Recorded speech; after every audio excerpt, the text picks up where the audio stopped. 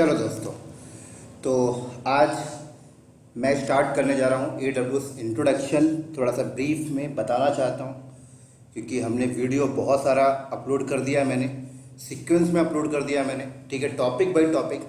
But एक candidate का मेरे पास मैसेज आया, राइट, कि सर आप एक बार इंट्रोडक्शन का भी बेटर से बेटर डाल दो, ठीक है।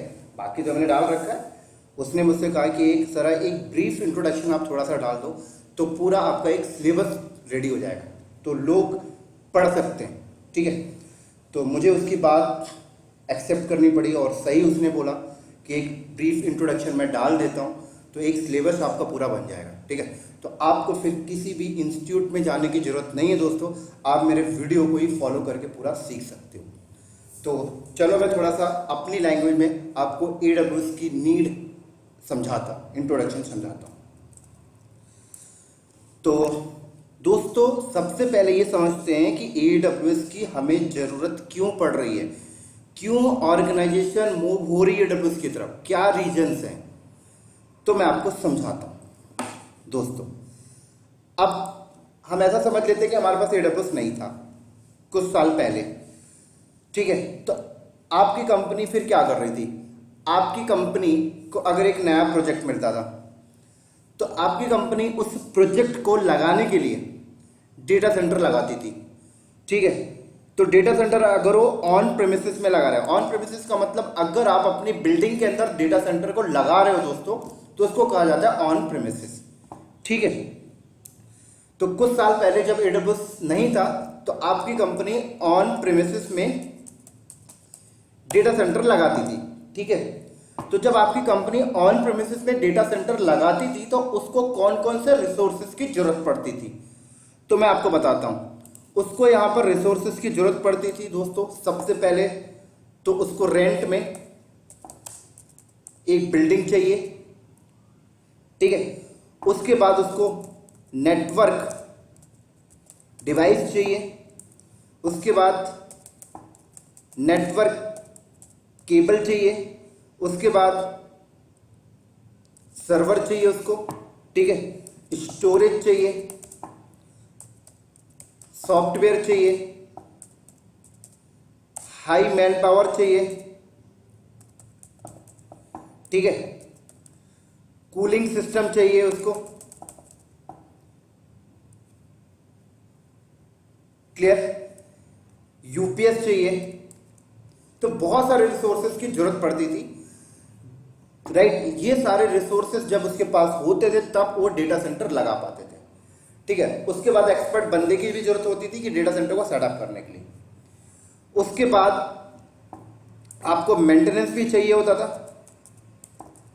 ठीक है। मेंटेनेंस भी आपको करना पड़ता था क्योंकि जो रिसोर्सेज आप लगा रहे हो उसकी एक लाइफ टाइम होती थी कि इतने साल के बाद वो रिप्लेसमेंट करना है।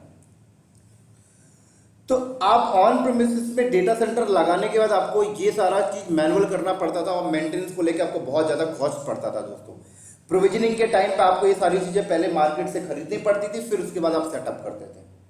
उसके बाद कोई गारंटी भी नहीं है कि आपका डेटा सेंटर बनने के बाद आपका बिजनेस चले भी या ना चले, कोई गारंटी नहीं होती थी, ठीक है। तो इन सारी ड्रॉबैक, इन सारी प्रॉब्लम को खत्म करने के लिए मार्केट में क्लाउड प्रोवाइडर आए, राइट। AWS आपका एक बेस्ट क्लाउड प्रोवाइडर है। तो मार्केट में यहां पर क्लाउड प्रोवाइडर आ गए, मैं लिख देता हूं क्लाउड प्रोवाइडर, ठीक है। सबसे टॉप में आपका AWS आता है, उसके बाद आपका माइक्रोसॉफ्ट का एजोर आता है दोस्तों, उसके बाद GCP और बहुत सारे क्लाउड प्रोवाइडर मार्केट में अवेलेबल है। मैं यहां पे पूरे नहीं बता सकता, 75+ आपको क्लाउड प्रोवाइडर मार्केट में मिल जाएंगे। तो अब ये क्लाउड प्रोवाइडर कर क्या रहे हैं, ये क्लाउड प्रोवाइडर अपना डेटा सेंटर के अंदर ये सारे रिसोर्सेज को फिजिकली लगाकर रखें और उसे हमें वर्चुअली प्रोवाइड कर रहे हैं, right, as a on demand. हमें वर्चुअली सारी चीजें प्रोवाइड कर रहे हैं एज अ ऑन डिमांड, और हमसे कहते हैं कि हम आपसे प्रोविजन के पैसे नहीं मांगेंगे, हम आपसे बिल्डिंग का रेंट नहीं लेंगे, नेटवर्क डिवाइस के पैसे नहीं लेंगे, केबल के पैसे नहीं लेंगे, राइट, स्टोरेज एंड सॉफ्टवेयर के पैसे हम आपसे नहीं लेंगे, ठीक है। कूलिंग सिस्टम का पैसा हम आपसे नहीं लेंगे, इलेक्ट्रिसिटी के पैसे हम आपसे नहीं लेंगे, हम आपसे सिर्फ पैसे लेंगे, आप हमारे रिसोर्सेज को जो प्रोविजन करोगे, जो हम वर्चुअली दे रहे हैं, उसको आप जितने टाइम तक यूज करोगे उसका रेंट आप हमें दे देना बस। तो अब बात करता हूं कि यहां पर एक XYZ नाम की कंपनी है। अब XYZ कंपनी को डेटा सेंटर अगर लगाना है, ठीक है, अगर वो डेटा सेंटर ऑन प्रेमिसेस में लगाते हैं तो उनको इन सारी चीजों की जरूरत पड़ेगी जो मैंने यहां पे लिखा है। बट अगर ये डेटा सेंटर AWS बोले तो कोई भी क्लाउड प्रोवाइडर के पास जाके लगाते हैं, चाहे AWS हो, चाहे एजोर हो, चाहे GCP हो, तो दोस्तों उनको बिल्डिंग रेंट में लेने की जरूरत नहीं है, नेटवर्क डिवाइसेस खरीदने की जरूरत नहीं है, नेटवर्क केबल लेने की जरूरत नहीं है, सर्वर लेने की जरूरत नहीं है, स्टोरेज सॉफ्टवेयर लेने की जरूरत नहीं है, हाई मैन पावर भी रखने की जरूरत नहीं है, कूलिंग सिस्टम की भी जरूरत नहीं है, यूपीएस की भी जरूरत नहीं है, मेंटेनेंस की भी जरूरत नहीं है। सिर्फ उनको AWS सिस्टम, AWS इंजीनियर की जरूरत है। सिर्फ ऐसा इंजीनियर जो AWS, जिसको आइडिया हो कि AWS से रिसोर्सेज को कैसे प्रोविजन करके उसको कैसे सेटअप लगाना है, कैसे डेटा सेंटर AWS के ऊपर लगाना है, कैसे उनकी बिलिंग सिस्टम को मेंटेन कर रहा है, अपने नीड के हिसाब से कैसे रिसोर्सेज को यूज करना है। ऐसा नहीं कि आप रिसोर्सेज AWS दे रहा तो आप सारे ले लो, नहीं, पेमेंट भी तो लेगा ना।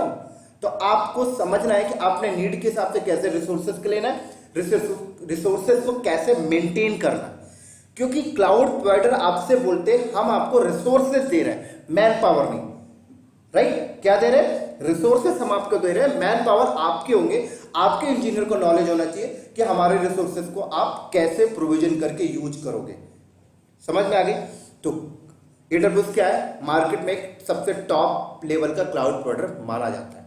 थोड़ा सा आगे लेके चलता हूं, ठीक है?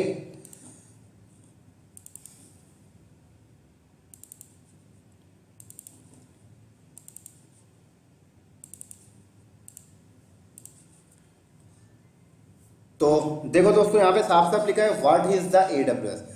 तो क्या लिखा है? What is Amazon? तो पहले Amazon समझते हैं। Amazon is the world largest online retailer and prominent cloud provider, right? ये क्या है? एक ऑनलाइन रिटेलर है, बट एक प्रसिद्ध क्लाउड प्रोवाइडर में ये जाने जाते हैं। अगर मैं इस लिंक में क्लिक करूं तो आपको दिखा सकता हूं AWS वालों ने कितना मार्केट कैप्चर करके रखा है क्लाउड कंप्यूटिंग के फील्ड में।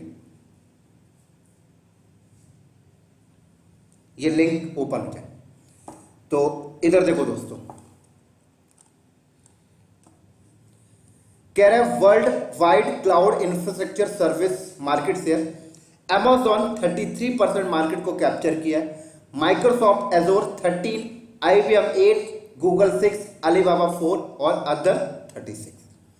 ठीक है, चलो आगे चलते हैं। अब क्या कह रहा है? The company was originally book seller but has expanded to sell a wide variety of the consumer and good and digital media as well as on electronic devices like Kindle.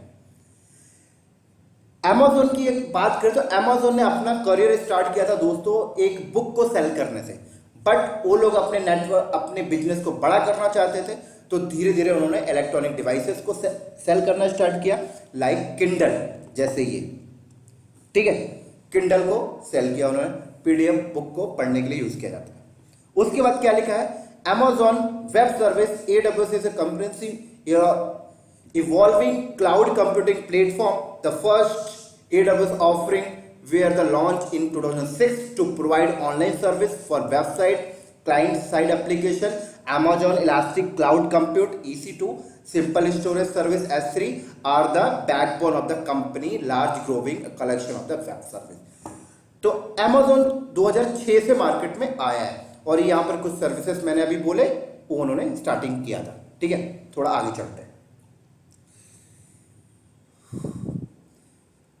AWS web service is a secure cloud service platform है।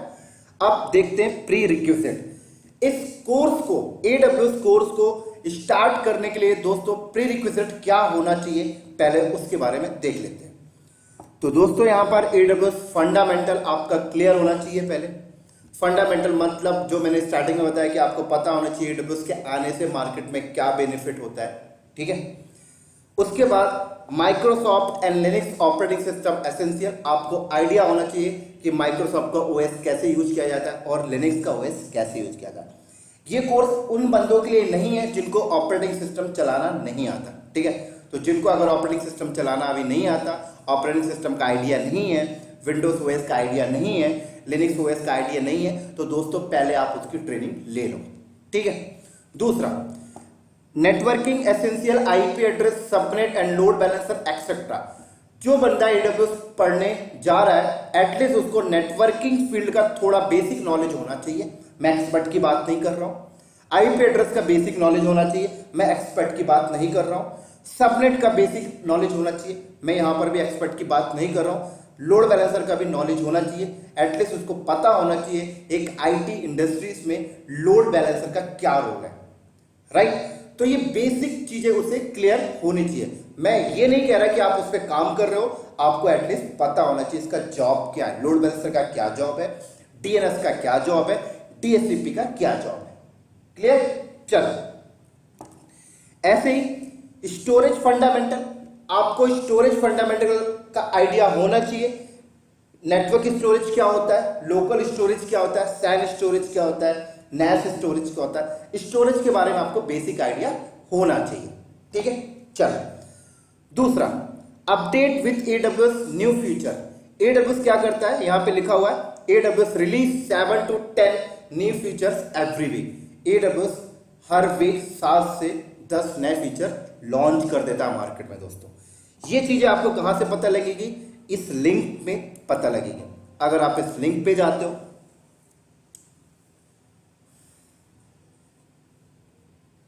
इस link पे अगर आप जाते हो दोस्तों, तो देखो यहां से आपको पता लगेगी एडब्ल्यूएस कौन सी सर्विसेज लॉन्च किया, राइट। यहां पे देखो लिखा हुआ है 18 मई को इन्होंने कुछ अपडेट मारे, तो यहां से आप पता कर सकते हो। मैं अभी नहीं जा रहा हूं आगे इस पार्ट पे, ठीक है। अब बात करते हैं एडब्ल्यूएस सर्टिफिकेशन ट्रैक के बारे में। तो दोस्तों, एडब्ल्यूएस की ये सर्टिफिकेशन की इंफॉर्मेशन है, मैं आपको बता देता हूं। इनके बेसिकली 4 ट्रैक है, track first, track second, track third और ट्रैक 4। फर्स्ट ट्रैक में आता है एडब्ल्यूएस सर्टिफाइड फंडामेंटल, ठीक है। एडब्ल्यूएस सर्टिफाइड फंडामेंटल ये उन बंदों के लिए होता है जो नॉन टेक्निकल पर्सन है, राइट। नॉन टेक्निकल बोले तो जो बंदा अभी कॉलेज में पढ़ रहा है 4th ईयर में, वो बंदा अगर एडब्ल्यूएस की तरफ जाना चाहता है तो एडब्ल्यूएस सर्टिफाइड फंडामेंटल में वो क्लाउड प्रैक्टिशनर वाले कोर्स को करते हैं, राइट। हाँ, एक चीज और मैं आपको बता दूं, आज की डेट में आपकी कंपनी में नॉन टेक्निकल पर्सन को भी एडब्ल्यूएस करने के लिए बोला जा रहा है। अब ये नॉन टेक्निकल पर्सन कौन है दोस्तों, फिनांस का बंदा, एचआर का बंदा, परचेस का बंदा। तो वो लोग क्या करते हैं, क्लाउड प्रैक्टिशनर को करते हैं, ठीक है। बट ये तो बेसिक वाला ट्रैक हो गया। बट अगर कोई बंदा आईटी फील्ड से बिलोंग करता है, ठीक है, तो वो ये वाली ट्रैक से स्टार्ट कर सकता है, सेकंड वाली ट्रैक। और सेकंड वाली ट्रैक क्या है, एडब्ल्यूएस सर्टिफाइड एसोसिएट। कोई बंदा ऑलरेडी 2 साल 3 साल 4 साल का ऑलरेडी आईटी का एक्सपीरियंस है उसको ऑन प्रेमिसेस का, तो वो अपने आप को एडब्ल्यूएस में मूव करना चाहता है, तो ये वाली ट्रैक से स्टार्टअप ले सकता है। इस ट्रैक के अंदर 3 सर्टिफिकेशन आते हैं दोस्तों, एक सोल्यूशन आर्किटेक्ट एसोसिएट, राइट, एक डेवलपर और एक सिस ऑप्स एडमिनिस्ट्रेटर, ठीक है। मैं आपको थोड़ा सा ओवरव्यू देता हूं। सिस ऑप्स एडमिनिस्ट्रेटर ये उन बंदों के लिए होता है जो बंदे टेक्निकल काम कर रहे हैं अभी ऑन प्रेमिसेस में, ठीक है, टेक्निकल काम कर रहे हैं, जिनका प्रोफाइल सिस्टम एडमिन का होता है, वो लोग अपने आप को एडब्ल्यूएस में मूव करना चाहते हैं, तो वो लोग सिस ऑफ एडमिनिस्ट्रेटर करते हैं, ठीक है। दूसरा, डेवलपर, जिस बंदे का प्रोफाइल डेवलपमेंट का है वो एडब्ल्यूएस की तरफ मूव करना चाहता है, वो डेवलपर एसोसिएट करता है। तीसरा, सोल्यूशन आर्किटेक्ट एसोसिएट, ये किसके लिए, जो बंदा ऑन प्रेमिसेस में टीम लीडिंग का काम कर रहा है, टीम लीड कर रहा है, राइट, वो क्या करता है, सोल्यूशन आर्किटेक्ट एसोसिएट को करता है, ठीक है। क्योंकि अब उसको टीम लीड एडब्ल्यूएस पे जाके करनी है, तो वहां पर उसको एक बेस्ट सोल्यूशन देना आना चाहिए। तो ये हमारा सेकंड नंबर का ट्रैक था, एसोसिएट। अब कहते हैं कि इस ट्रैक वाला बंदा अपने आप को अपग्रेड करना चाहता है, तो वो बंदा थर्ड वाले ट्रैक की तरफ आ सकता है। थर्ड वाला ट्रैक यहां पर क्या है, एडब्ल्यूएस सर्टिफाइड प्रोफेशनल। इस ट्रैक में 2 सर्टिफिकेशन है दोस्तों, एक डेवऑप्स इंजीनियर और एक solution architect professional. DevOps engineer किसके लिए है, जो बंदा सोल्यूशन आर्किटेक्ट सॉरी सोल्यूशन, जो बंदा सेकेंड ट्रैक का डेवलपर एसोसिएट कर रखा है वो बंदा डेवऑप्स इंजीनियर की तरफ मूव करता है। ऐसे ही जो बंदा सिसऑप एडमिनिस्ट्रेटर एसोसिएट लेवल का कर रखा है वो डेवऑप्स इंजीनियर की तरफ मूव कर सकता है। सोल्यूशन आर्किटेक्ट का बंदा डेवऑप्स इंजीनियर की तरफ नहीं जाता है, वो अपना next level solution architect professional करता है। ठीक है, चलो अब देखो लास्ट ट्रैक यहां पर क्या है, AWS सर्टिफाइड स्पेशलिटी। स्पेशलिटी बोले तो बंदा किसी फील्ड में एक्सपर्ट होना चाहता है, लाइक एडवांस नेटवर्किंग। ठीक है, आपने देखा होगा आपके ऑन प्रेमिसेस में इंफ्रास्ट्रक्चर अगर लगा हुआ है तो नेटवर्क के कुछ स्पेशल बंदे बैठे होते हैं, है ना। तो AWS में भी अगर कोई नेटवर्क पे स्पेशल होना चाहता है, आपका डाटा सेंटर AWS पे लगा हुआ है, वहां पर आपको स्पेशल नेटवर्किंग देखनी है तो आप एडवांस नेटवर्किंग को कवर करोगे। ऐसे ही बिग डेटा, ऐसी सिक्योरिटी, आप AWS पे आपने डेटा सेंटर लगाया, वहां पर आपको पता करना है कि सिक्योरिटी कंप्लायंस मैकेनिज्म कैसे यूज करते हैं, तो आप सिक्योरिटी कवर करते हो। ठीक है, ऐसी लास्ट मशीन लर्निंग। ठीक है, तो मशीन लर्निंग आपका बेसिकली डेवलपमेंट का पार्ट है। अगर कोई बंदा डेवलपमेंट टूल्स पार्ट फील्ड से है और अपने आप को आगे लेके जाना चाहते हैं AWS में, तो मशीन लर्निंग कर सकता है। तो दोस्तों ये इनके सर्टिफिकेशन ट्रैक है। अब मैं आपको बता दूं हम कौन सा ट्रैक कवर कर रहे हैं। तो दोस्तों हम यहाँ पर दो ट्रैक को कवर कर रहे हैं एक साथ, एक सिसऑप एडमिनिस्ट्रेटर और एक सोल्यूशन आर्किटेक्ट एसोसिएट। ये दो ट्रैक हम एक साथ कवर करके चल रहे हैं। ठीक है, चलो थोड़ा सा मैं आपको ब्रीफ बता दूं सोल्यूशन आर्किटेक्ट में क्या होता है और सिसऑप्स में क्या होता है। दोस्तों सिसऑप्स में हम चीजों को, टेक्निकल चीजों को डैश में बात करते हैं और सोल्यूशन आर्किटेक्ट में हम एक आर्किटेक्चर के बारे में बात करते हैं। ठीक है, तो हम डेप्थ में भी बात करेंगे टेक्निकल चीजों को और एक आर्किटेक्चर सोल्यूशन के हिसाब से भी समझेंगे, तो दोनों हमारे इस कोर्स में कवर हो जाएगा। ठीक है, अब देखो, अब ऐसे ही यहाँ पे लिखा हुआ top benefit of the cloud computing. Cloud computing के टॉप बेनिफिट के बारे में यहाँ पे लिखा हुआ है। ठीक है, जो मैंने आपको स्टार्टिंग में बताया वही यहाँ पर एक टेक्निकल लैंग्वेज में लिखा हुआ है। सबसे पहला कॉस्ट, आपका कॉस्ट बच जाता है, राइट। आपको प्रोविजनिंग के पैसे पे करने की जरूरत नहीं है, आपको हार्डवेयर, सर्वर, नेटवर्क डिवाइस शुरू में कुछ खरीदने की जरूरत नहीं है, राइट। आप मिनिमम कॉस्ट से भी अपना बिजनेस AWS पे स्टार्ट कर सकते हो। दूसरा स्पीड, आपको स्पीड भी बहुत ज़्यादा यहाँ पे मिलती है, राइट। आपको इंफ्रास्ट्रक्चर लगाने में ज़्यादा टाइम वेस्ट करने की जरूरत नहीं है, आप AWS में विद इन द मिनट अपना पूरा का पूरा डेटा सेंटर सेटअप कर सकते हो। तीसरा ग्लोबल स्केल, आपको ग्लोबल लेवल पे स्केल अप स्केल डाउन करने में भी इशू नहीं आएगा, राइट। एक कंट्री से दूसरी कंट्री में अपना डेटा सेंटर मूव करने में भी आपको इशू नहीं आएगा। Productivity, right, productivity based company को बहुत ज्यादा प्रॉफिट होने लग गया है AWS के आने से, क्योंकि वो लोग अपने प्रोडक्ट की तरफ, उनका प्रोडक्ट की तरफ वो फोकस करते हैं, ना ही IT इंफ्रास्ट्रक्चर की तरफ फोकस करते हैं। ठीक है, तो बहुत ज्यादा बेनिफिट है जो प्रोडक्ट बेस्ड कंपनी है, like Tata Motors. Tata Motors का दोस्तों गोल होता है, एक मोटर्स की तरफ गोल होता है उनका, अच्छा से अच्छा कार बनाए और मार्केट में सेल करें, ना कि एक IT इंफ्रास्ट्रक्चर को बेटर बनाए। ठीक है, तो ऐसी कंपनी को बहुत ज्यादा प्रॉफिट होने लग गया है। परफॉर्मेंस में भी आपको बढ़िया से बढ़िया परफॉर्मेंस मिलता है, क्योंकि डे बाई डे AWS अपनी सर्विसेज को इंक्रीज करते जा रहा और बेटर से बेटर बनाने की कोशिश कर रहा है। ठीक है, 6 रिलायबिलिटी, आपको रिलायबिलिटी यहाँ पर बहुत ज्यादा मिलती है, आपका डेटा लॉस होने के चांसेस नहीं है, क्योंकि AWS उनकी मिररिंग करके रखता है। ठीक है, चलो नेक्स्ट क्लाउड सर्विस मॉडल। तो कितनी टाइप के क्लाउड सर्विस मॉडल्स होते हैं वो हम देखते हैं। तो दोस्तों 3 टाइप के क्लाउड सर्विस मॉडल है, एक IaaS, एक PaaS और एक SaaS। IaaS का मतलब क्या हुआ दोस्तों, infrastructure as a service. Infrastructure as a service का मतलब क्या हुआ कि मान लेते हैं ये एक कंपनी है, ठीक है, ये एक XYZ कंपनी है, ये AWS के पास जाती है और AWS से बोलती है कि आप हमें सिर्फ हार्डवेयर दे दो, राइट। क्या दे दो, आप हमें एक हार्डवेयर दे दो। ठीक है, हमें हार्डवेयर के अलावा और कुछ नहीं चाहिए, हमारे पास अपना VMware खुद का लाइसेंस है, OS हमारे पास खुद का है और एप्लीकेशन हमारे पास खुद का है। तो XYZ कंपनी AWS से हार्डवेयर ले ली, अपना VMware डाल दिया, OS डाल दिया, एप्लीकेशन डाल दिया, राइट। तो यहां पर XYZ कंपनी ने AWS से IaaS की सर्विस ली है, इंफ्रास्ट्रक्चर एज अ सर्विस। ठीक है, ऐसी बात करते हैं पैस के बारे में। पैस बोले तो प्लेटफॉर्म एज अ सर्विस। अब पैस का मतलब डायग्राम के अकॉर्डिंग समझते हैं। एक्सवाईजेड कंपनी एडब्ल्यूएस से क्या बोलती है कि आप हार्डवेयर के साथ हमें वीएमवेयर भी दे दो और उसके बाद ओएस भी आप डाल के दे दो, ठीक है, हम सिर्फ अपना एप्लीकेशन वहां पे इंस्टॉल करके यूज करेंगे। तो इसको कहा जाता है PaaS, platform as a service. XYZ company ने एडब्ल्यूएस से एक ऐसा एनवायरनमेंट लिया है, प्लेटफॉर्म रेडी, ठीक है। ऐसे नेक्स्ट सैस बोले तो सॉफ्टवेयर एज अ सर्विस। अब सॉफ्टवेयर एज अ सर्विस का मतलब क्या हुआ? एक्सवाईजेड नाम की कंपनी क्या बोलती है एडब्ल्यूएस से कि आप हमें हार्डवेयर भी दो, ठीक है, वीएमवेयर भी आप डालोगे, ओएस भी आप डालोगे और हमारी ये पर्टिकुलर एप्लीकेशन भी आपके ही इंस्टॉल करोगे, हम सिर्फ एक यूजर की तरह यूज करेंगे, राइट। तो इसका एग्जांपल मैं बताऊं, जीमेल हो गया, फेसबुक हो गया, राइट, ये सारी चीजें क्या है आपका सैस का एग्जांपल है, ठीक है। थोड़ा सा और ब्रीफ में अगर इसको समझना है तो ये देखो, types of cloud service, IaaS, पैस और सैस। तो दोस्तों यहां पर देखो, आप अपनी एप्लीकेशन को चलाने के लिए डेटा सेंटर लगाते हो, राइट।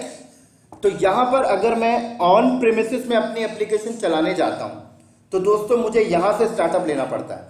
मुझे नेटवर्किंग खुद करनी पड़ेगी, स्टोरेज खुद करना पड़ेगा, सर्वर खुद करना पड़ेगा, वर्चुअलाइजेशन भी खुद ही करूंगा, ओएस भी खुद ही करूंगा, मिडिलवेयर भी खुद इंस्टॉल करूंगा, रन टाइम भी खुद करूंगा, डेटा भी खुद मैनेजमेंट करूंगा, देन मेरी एप्लीकेशन चलती है। अगर आप ऑन प्रेमिस में अपनी एप्लीकेशन रन करने के बारे में सोचते हो तो आपको ये सारी चीजें करनी पड़ेंगी। बट अगर आप अपनी एप्लीकेशन को AWS में जाकर इंफ्रास्ट्रक्चर या सर्विस को यूज करके चलाना चाहते हो तो आपको नेटवर्किंग नहीं करना, स्टोरेज नहीं करना, सर्वर नहीं करना, वर्चुअलाइजेशन भी नहीं करना, AWS ये खुद कर रहा है। क्लियर? आपको ये सारी चीजें करनी है। और अगर आप पैस की तरफ जाते हो तो आपको ये इतना नहीं करना, आपको दो चीज करना है, एप्लीकेशन और डेटा मैनेजमेंट। और अगर आप सैस की तरफ जाते हो तो आपको कुछ भी नहीं करना, सिर्फ आपको यूज करना है। क्लियर? आगे चल के और इसके प्रैक्टिकल आएंगे तो आपको समझ में आएगा। Next, types of cloud deployment. तो दोस्तों ये बहुत ज्यादा इंपॉर्टेंट पार्ट है, कितने टाइप्स के क्लाउड डिप्लॉयमेंट होते हैं उनके बारे में बात कर रहे हैं। तो 3 टाइप के क्लाउड डिप्लॉयमेंट होते हैं, एक पब्लिक क्लाउड, एक प्राइवेट क्लाउड और एक हाइब्रिड क्लाउड, ठीक है। एक एक करके समझते हैं। तो दोस्तों यहां पर एक कंपनी है और ये कंपनी का नाम मैं लिख देता हूं विप्रो, ठीक है। अब हुआ क्या, ये विप्रो नाम की कंपनी, चलो मान लेते हैं इंटरनेट से कनेक्टेड है, ठीक है, इंटरनेट से कनेक्टेड है और यहां बैठे हुए हैं क्लाउड प्रोवाइडर। क्लाउड प्रोवाइडर बोले तो AWS बैठा हुआ है, दूसरा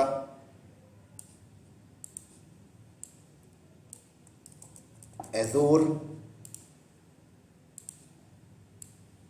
तीसरा क्लाउड प्रोवाइडर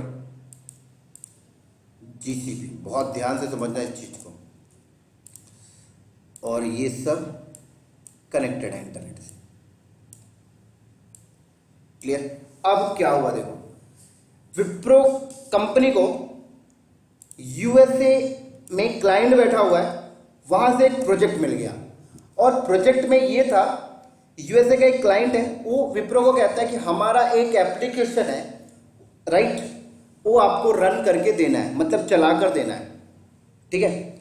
उसने बता दिया कि आपको ऐसा इंटरनेट से एक्सेस जब कोई कस्टमर करेगा तो इस URL पे करेगा, usacompany.com, ठीक है। आपको ये वेबसाइट चलानी है 24/7, विप्रो को बोला गया, ठीक है। एक्सवाईजेड US की कंपनी ने कुछ टर्म्स कंडीशन विप्रो को बताया, राइट, कि जब भी हमारे कस्टमर इस लिंक URL की तरफ आएंगे तो उनको लेटेंसी लो होना चाहिए, राइट, कस्टमर का आने वाला डेटा हैक नहीं होना चाहिए, ठीक है, कस्टमर को डाउन टाइम नहीं होना चाहिए। ऐसे टर्म्स कंडीशन विप्रो को बोल दिया गया, राइट। अगर आप एग्री हो, ये सारा फॉलो कर सकते हो तो आपको कॉन्ट्रैक्ट दिया जाएगा और कॉन्ट्रैक्ट में 10 करोड़ रुपए आपको पर ईयर पे करेंगे, ऐसा US बेस्ड कंपनी ने बोला। US बेस्ड कंपनी बोलती है हम नहीं जानते इसके लिए आप क्या करोगे, डेटा सेंटर कहाँ लगाओगे, कैसे करोगे, हमें ये चीज़ नहीं मालूम। हमें सिर्फ शर्त इतनी है कि 24/7 हमारी ये यूआरएल एप्लीकेशन चलनी चाहिए, आपको इतना पे करेंगे। क्लियर? अब देखो, अब विप्रो ने कॉन्ट्रैक्ट को साइन कर देता है, तो अब क्या होता है, अब विप्रो क्या करेगा, उसके लिए हार्डवेयर सेटअप लगाएगा, डेटा सेंटर लगाएगा। ठीक है, अगर विप्रो उस क्लाइंट के लिए डेटा सेंटर अपनी बिल्डिंग के अंदर लगाता है या फिर क्लाइंट की बिल्डिंग के अंदर लगाता है, ठीक है, तो विप्रो को क्या क्या करना पड़ेगा मैं आपको बताता हूं। विप्रो क्या करेगा, हार्डवेयर खरीदेगा, रैक खरीदेगा, स्विच खरीदेगा, राउटर खरीदेगा, एक्सपर्ट बंदे हायर करेगा सब कुछ करने के लिए। ठीक है, इन हार्डवेयर के ऊपर ओपन स्टैक डालेगा या वीएमवेयर डालेगा वर्चुअलाइजेशन के लिए, और फिर उसके बाद सब कुछ रेडी करने के बाद 2, 4, 6 महीने में जाकर वो डेटा सेंटर खड़ा कर दिया। फिर क्लाइंट को बोलता है अब हम आपका लिए सेटअप रेडी कर दिए, स्टार्ट हो गया, राइट। लेकिन विप्रो ने इन काम को करने के लिए अभी अपने पैसे वेस्ट करके सारे रिसोर्सेस उसने मार्केट से खरीदे होंगे। ठीक है, और मान लेते हैं विप्रो इन सारे रिसोर्सेस को खरीदने के लिए उसने 2 करोड़ रुपए इन्वेस्ट कर दिए, मान लेते हैं 2 करोड़ रुपए। क्लियर? 2 करोड़ रुपए विप्रो ने फर्स्ट ईयर क्लाइंट के डेटा सेंटर में लगा दिया, राइट, और क्लाइंट क्या करता है, उनको 10 करोड़ रुपए देता है, तो विप्रो को फर्स्ट ईयर 8 करोड़ रुपए का ही प्रॉफिट हुआ। ठीक है, अब थोड़ा सा ट्विस्ट वाली चीजें समझना। अब ऐसा होता है कि 6 महीने के बाद क्लाइंट ने विप्रो के साथ कॉन्ट्रैक्ट को डिस्कनेक्ट कर लिया। क्लाइंट कहता है कि विप्रो ने हमारे टर्म्स कंडीशन को फॉलो नहीं कर पाया, राइट, कुछ भी हो सकता है, डेटा हैक हो गया हो, XYZ, यूजर को लेटेंसी हाई पड़ गई हो, तो इसकी वजह से क्लाइंट ने कॉन्ट्रैक्ट डिस्कनेक्ट करता है विप्रो के साथ। तो यहां पर लॉस किसका हुआ दोस्तों? विप्रो का हुआ, क्योंकि विप्रो ने क्लाइंट के लिए कितने 2 करोड़ रुपए इन्वेस्ट कर चुका था। ठीक है, तो ये बहुत बड़ा एक बिग पेन था विप्रो कंपनी के लिए।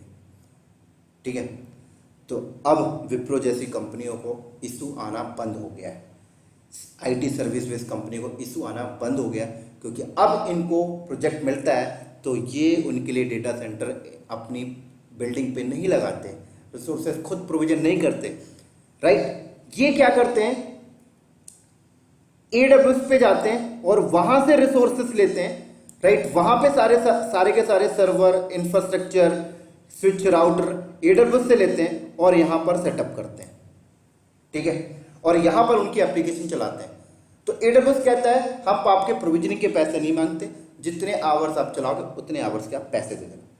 तो अगर 6 महीने के बाद क्लाइंट कॉन्ट्रैक्ट को डिस्कनेक्ट भी कर लेना, विप्रो का कुछ नहीं जाता।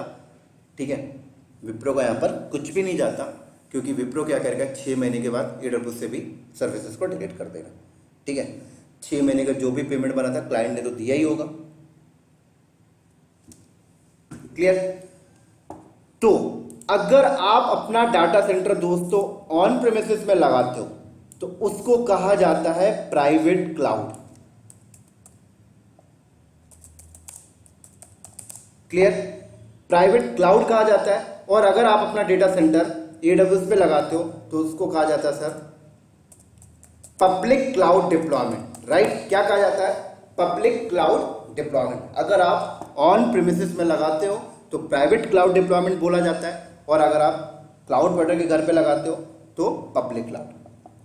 अब बहुत इंपॉर्टेंट चीज दोस्तों, आज की डेट में बहुत लोगों को ना एक चीज कंफ्यूजन है कि अपने घर में लगा लिए तो प्राइवेट क्लाउड बोल देते हैं, AWS पे लगा लिए तो पब्लिक क्लाउड बोल देते हैं। ऐसा कुछ भी नहीं है दोस्तों, थोड़ा सा मैं आपको समझाता हूँ।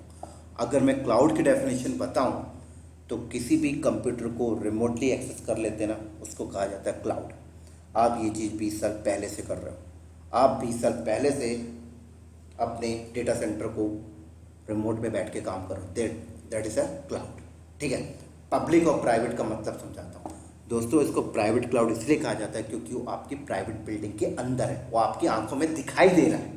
ठीक है, पब्लिक क्लाउड इसको इसलिए बोला जाता है क्योंकि वो आपके घर पे नहीं है, किसी दूसरे के घर पे लगा हुआ है, इसलिए इसको कहा जाता है पब्लिक क्लाउड डिप्लॉयमेंट। समझ में आ गई मेरी बात यहाँ पर? ठीक है, अब तीसरा बात करते हैं हाइब्रिड क्लाउड डिप्लॉयमेंट के बारे में। क्या होता है? अब ये US बेस्ड की कंपनी जो थी, ये विप्रो को कहती है कि आप हमारे 50 सर्वर हमारे पास ऐसे हैं जो हमारे डेटाबेस वाले हैं, और 50 सर्वर आप ऑन प्रेमिसेस में लगाना, और हमारे पास 450 ऐसे सर्वर हैं, राइट, जो आप कहीं पे भी लगा सकते हो। तो अब विप्रो कंपनी के पास एक बिग चैलेंजेस आ गया, राइट, क्या करें। तो विप्रो कंपनी क्या करती है, 50 सर्वर के लिए ऑन प्रेमिसेस में डेटा सेंटर लगाती है, राइट, जो यहाँ पर डाटाबेस है, और 450 सर्वर के लिए एडब्ल्यूएस पे लगाती है।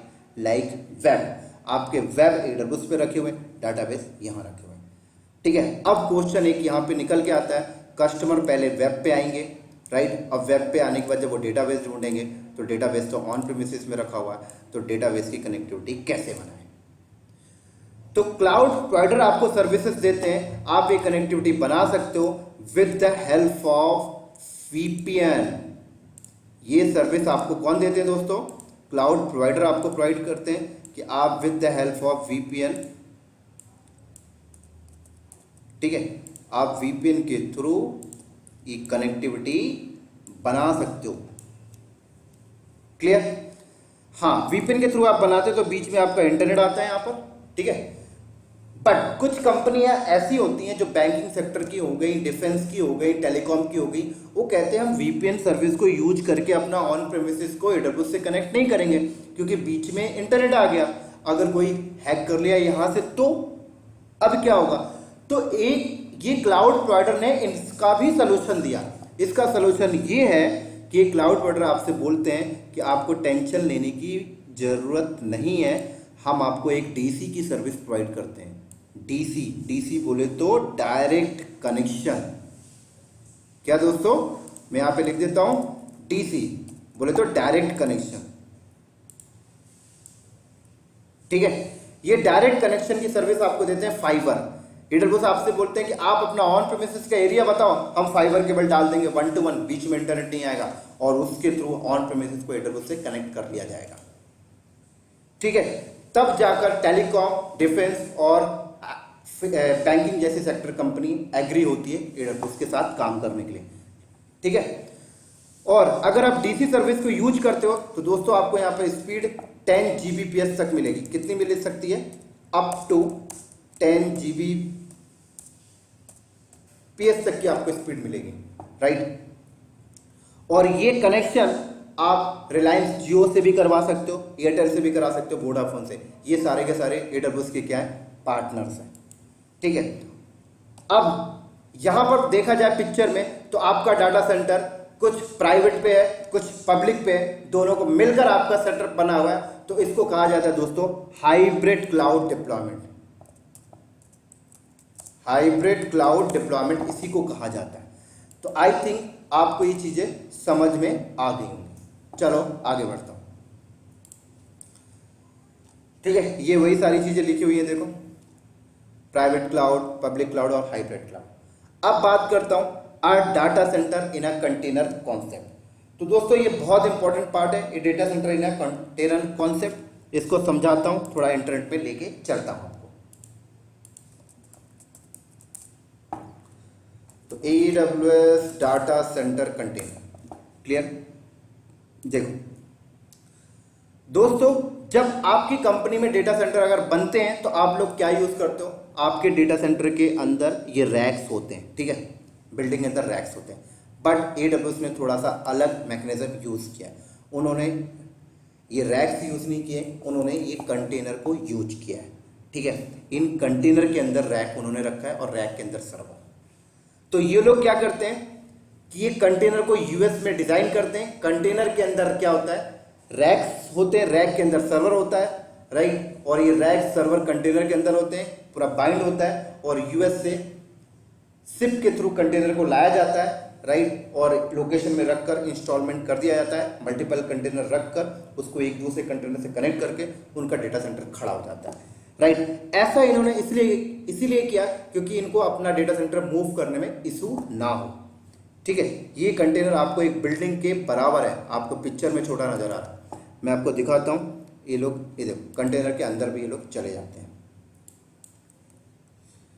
उसी के बाद आपको थोड़ा सा लेके जाऊं यहां पर, तो देखो ये लोग शिप के थ्रू कंटेनर, पूरा का पूरा शिप के थ्रू कंटेनर लेके आते हैं, ठीक है, ये देखो इस तरीके से।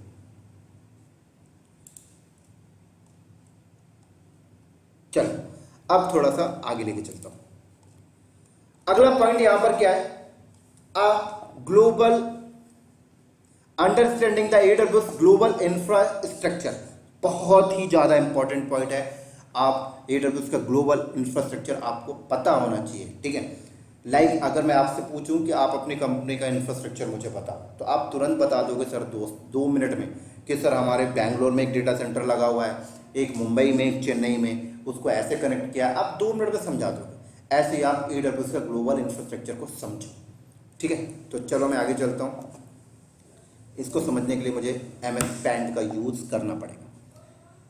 तो दोस्तों AWS क्या करता है पता है, अगर उसे किसी भी लोकेशन पे, जियो लोकेशन में अगर एक रीजन्स लगाना है, एक सेटअप लगाना है, तो लोग कैसे स्टार्टअप करते हैं समझते हैं। ऐसा समझो कि AWS ने प्लान बनाया कि दिल्ली लोकेशन पे वो अपना एक सेटअप लगाएगा। तो कैसे लगाएंगे समझो। ये लोग क्या करते हैं, दिल्ली लोकेशन पे पहले तो एरिया ढूंढेंगे, 2 area, like different area. Like आप ऐसे समझ सकते हो, यमुना नदी के इस तरफ, लाइक लक्ष्मी नगर का एक एरिया हो गया, यमुना नदी के उस तरफ कनाक प्लेस एक एरिया हो गया।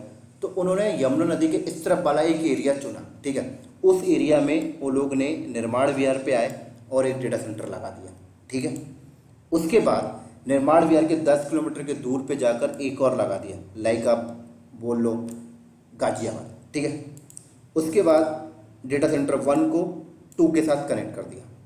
ये मेरा समझ लो 1 है और ये मेरा 2 है, ठीक है। अभी इन्होंने स्टार्टअप नहीं किया, अब क्या करेंगे, 1 और 2 को एक ग्रुप में डालेंगे और ये बोलेंगे हमारा जोन 1 है, ये जोन 1 हो गया, ठीक है। अभी इन्होंने स्टार्टअप नहीं किया। ऐसे ही अब क्या करेंगे, दूसरे एरिया पे जाएंगे। बोले तो दूसरा एरिया इनका राजीव चौक, और राजीव चौक पे एक डेटा सेंटर लगाया, ठीक है।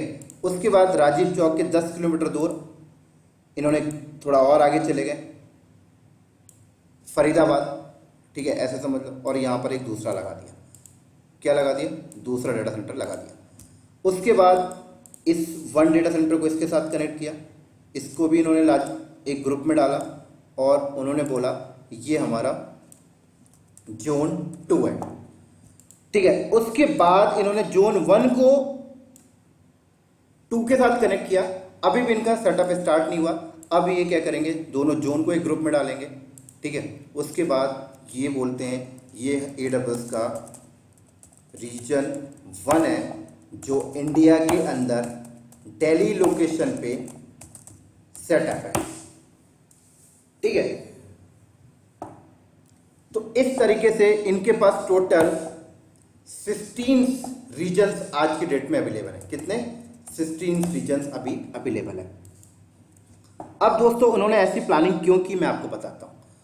जब आप AWS पे जाकर कोई सर्विसेज सेलेक्ट करोगे ना, तो AWS आपसे बोलता है कि आप अपने नियरेस्ट एरिया पे जाकर लॉन्च करो, आप फायदे में रहोगे क्योंकि आपको लेटेंसी लो पड़ेगी। तो अगर मैं आज लक्ष्मी नगर में बैठा हूं तो मेरा नियरेस्ट एरिया क्या है, दिल्ली पड़ेगा, राइट, ठीक है। मुंबई नहीं पड़ेगा, मुंबई वाला दूर पड़ेगा मुझे। तो उसके बाद जैसे आपने दिल्ली लोकेशन सेलेक्ट करोगे ना, उसके बाद आपसे बोलेगा कि दिल्ली लोकेशन के अंदर 2 जोन है, जोन 1 और जोन 2। आपसे पूछेगा जोन 1 पे लॉन्च करना है या जोन 2 पे। क्लियर, चलो। तो आप कोई भी सर्विस लॉन्च करने जाओगे ना, तो आपने जैसे दिल्ली रीजन सेलेक्ट किया तो आपसे बोलेगा जोन 1 में करना है, जोन 2 में। आपने जोन 1 सेलेक्ट किया तो वो सर्विस जोन 1 के किसी भी डेटा सेंटर में चला जाएगा। अब डेटा सेंटर का सिलेक्शन आपको नहीं मिलता, ठीक है, राइट्स नहीं देते। तो उन्होंने क्या किया, ऐसे प्लानिंग डिजाइनिंग इसलिए किया है कि मान लो अगर जोन 1 के 1 नंबर डेटा सेंटर में आपकी सर्विस चल रही है और कल को अगर 1 नंबर का डेटा सेंटर में नेचुरल डिजास्टर आ जाता है तो वो आपको ना 2 नंबर के डेटा सेंटर से डेटा प्रोवाइड कर देंगे, ठीक है। ये प्लानिंग है उनकी। और अगर कोई कहता है कि जोन 1 के दोनों डेटा सेंटर चले गए तो फिर क्या होगा, तो वो आपको जोन 2 से प्रोवाइड कर देंगे, ठीक है। और अगर कोई बोलता है जोन 1 और जोन 2 दोनों चले गए, पूरा रीजन चला गया, तो भी आपको टेंशन लेने की जरूरत नहीं है। AWS का एक सेंट्रलाइज रीजन US के अंदर बना हुआ है, ठीक है। उस रीजन, हर एक रीजन की रेप्लिकेशन वो इसके साथ करते हैं, यूएस के सेंट्रलाइज।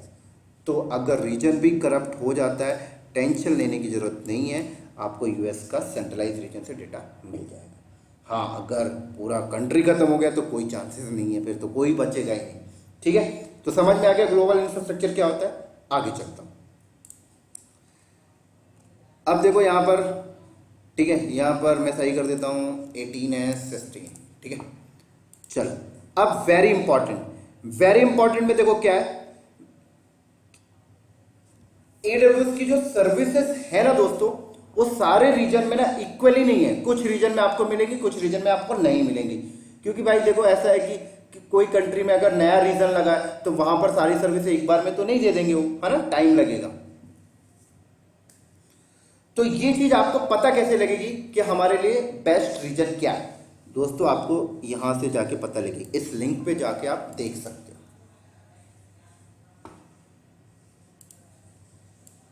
ठीक है, तो देखो यहां पर लिखा है अमेरिका के अंदर नॉर्दर्न वर्जीनिया में ये एक सर्विस है, एलेक्सा अवेलेबल है, और बाकी कहीं नहीं है। ऐसे एशिया पैसिफिक में आओगे तो कहीं पे भी नहीं है, मुंबई में भी नहीं है, राइट। एशिया के अंदर सिर्फ मुंबई में है हमारे पास, दिल्ली पे नहीं है, वो तो मैं एग्जांपल के लिए बता रहा था। ठीक है, ये एक सर्विस है, देखो मुंबई पे है, ओसाका पे नहीं है। ठीक है, समझ में आ गई। चलो आगे। ऐसे ही regions and ability zone naming convention, इन्होंने रीजन्स के नाम और कोड रखे हैं। तो ये रीजन्स के नेम है, ये उनके कोड है। अब इंटरव्यू में पूछते हैं कि नेम और कोड की जरूरत कब पड़ती है। तो दोस्तों नेम की जरूरत आपको तब पड़ती है जब AWS को आप वेब कंसोल से मैनेज करते हो। अगर आप AWS को कमांड लाइन से मैनेज करोगे तो आपको कोड की जरूरत पड़ेगी, राइट। तो ये चीज़ आप ध्यान रखना, कोड आपको याद करने की जरूरत नहीं, जैसे जैसे प्रैक्टिस करोगे ऐसे ऐसे हो जाता है। Next, how to choose the right region. एक राइट रीजन कैसे चूज किया जाएगा। तो एक राइट रीजन चूज करने के लिए 5 फैक्टर है यहां पर। एक फैक्टर नंबर फर्स्ट, प्राइसिंग।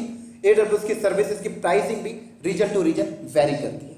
ठीक है, आप अगर सस्ती प्राइस की सर्विस चाहते हो तो आप पहले जाके वेरीफाई कर लो, चेक कर लो कौन से रीजन में प्राइसिंग कम है। दूसरा, यूजर कस्टमर लोकेशन। कस्टमर के लोकेशन को देखकर हम एक रीजन का सिलेक्शन करेंगे। हमारे कस्टमर के लिए जो रीजन पास पड़ेगा वहां पर हम डेटा सेंटर लगाएंगे। ऐसी third, latency. Fourth, security and compliance requirement. And fifth, serviceability. तो कोई भी इंटरव्यू में अगर आपसे पूछे how to choose right region, तो ये 5 फैक्टर आप बता सकते हो। Next, how to sign up account. तो दोस्तों बहुत इंपॉर्टेंट पार्ट है AWS के ऊपर, हम अकाउंट को कैसे साइन अप करेंगे उसके बारे में डिस्कस कर रहे हैं। ठीक है, तो अकाउंट को साइन अप करना नेक्स्ट लेक्चर में बताऊंगा मैं। अभी मैं इंट्रोडक्शन था यहीं पे ओवर करता हूं। नेक्स्ट लेक्चर में बताऊंगा AWS पे अकाउंट कैसे साइन अप करते हैं। ठीक है, अगर आपको मेरा वीडियो अच्छा लगा हो तो आप लाइक करो, सब्सक्राइब करो, अपने दोस्तों को शेयर करो। चलो दोस्तों, बाय बाय।